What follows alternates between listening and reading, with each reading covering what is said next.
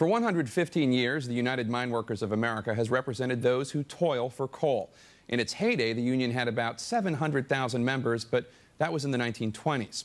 And now Union President Cecil Roberts oversees more like 60,000 members. Mr. Roberts, welcome. Well, thank you for having a coal miner here, Jake. Well, it's good to have you here.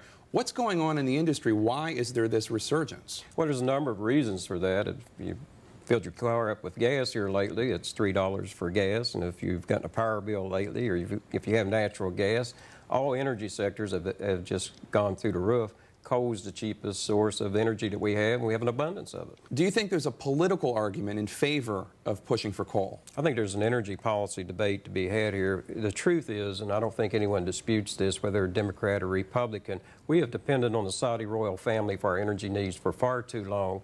I think we should put our dependence in American coal miners. And I would say this to you, the governments of West Virginia and Pennsylvania and Wyoming are much more stable than any government in the Mideast.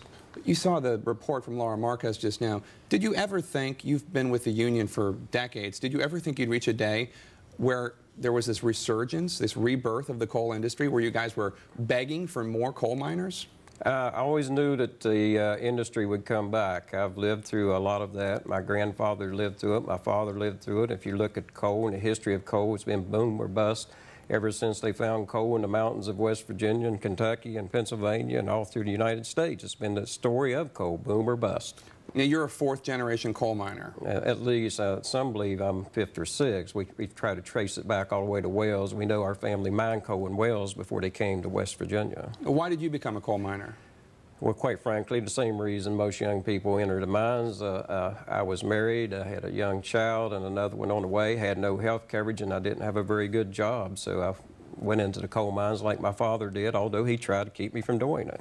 And like his father did before him and maybe even before them. Absolutely. How come kids in West Virginia and elsewhere right now aren't doing the same thing that you did? How come they don't want to go into the mines? Well, let me just make one point about that. This is unique to any other point in time of our boom and bust cycle.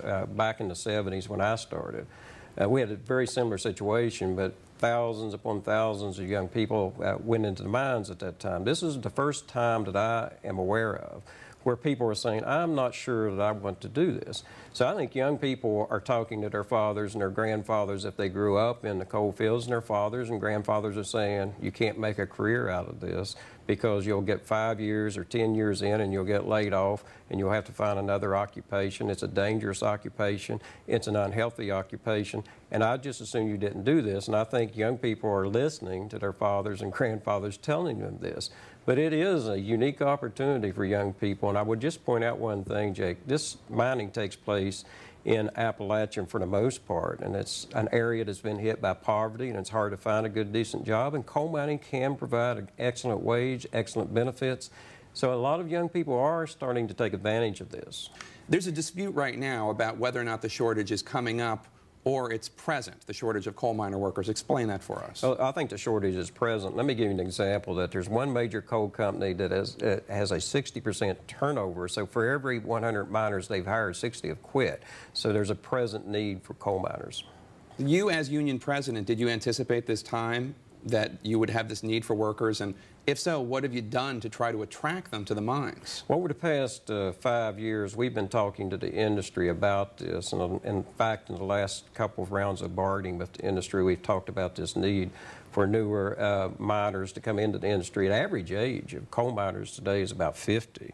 So what that tells you is over the next 5, 10 years, you're going to lose them all. Most of the miners that are there now are going to retire. So we have to bring in young people, and a way to bring in young people is the same way as the NFL and the Players Association do. We've got to have free agency here, and we've got to make these jobs more lucrative than they are now. They're very lucrative now. But if you want to attract young people, what do? You've got to pay them more, you've got to give them more time off, you've got to have a better benefit package. That'll attract these people and they'll stay in the industry. And that's where presumably your union would come in. I wonder, with the resurgence and the need for more workers, and yet with fewer workers. Does that mean your union is empowered or weakened? Well, I think we're empowered right now. Anytime that there's a demand for the product that the union workforce produces, you're in a much better bargaining position than you would be if there was no need for or no demand for the product that you're producing. So I think we are in a very unique situation. I point out one thing about the number of coal miners that are in the nation now. 30 years ago, we had somewhere in the neighborhood of 300,000 coal miners in this country. Today, we're down to about 70,000, but we're producing 3 times the amount of coal because of mechanization. We no longer produce coal with a pick and shovel.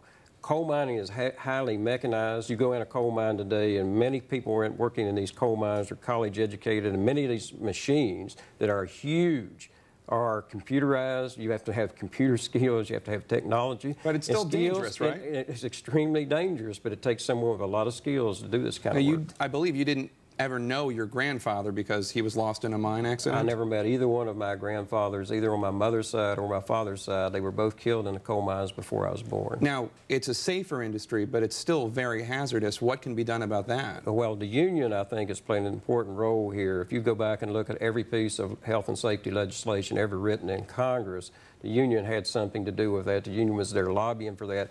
And every time there's been an attempt, either on the state level or the federal level, the union's been there to say, no, you're not cutting safety in these coal mines because it's still a dangerous occupation. I'd point out, your piece indicated there's been 100,000 coal miners die in the last 100 years, and another 100,000 die from black lung. This year, I think there's been about 16 coal miners killed in the nation's coal mines, and last year, I think it's somewhere in the neighborhood of 28. So the numbers are way down, but until we get to 0, we're not going to be satisfied. All right. Well, thank you very much, Cecil Roberts. We thank you for joining us today. A note about tomorrow's special Nightline in a moment.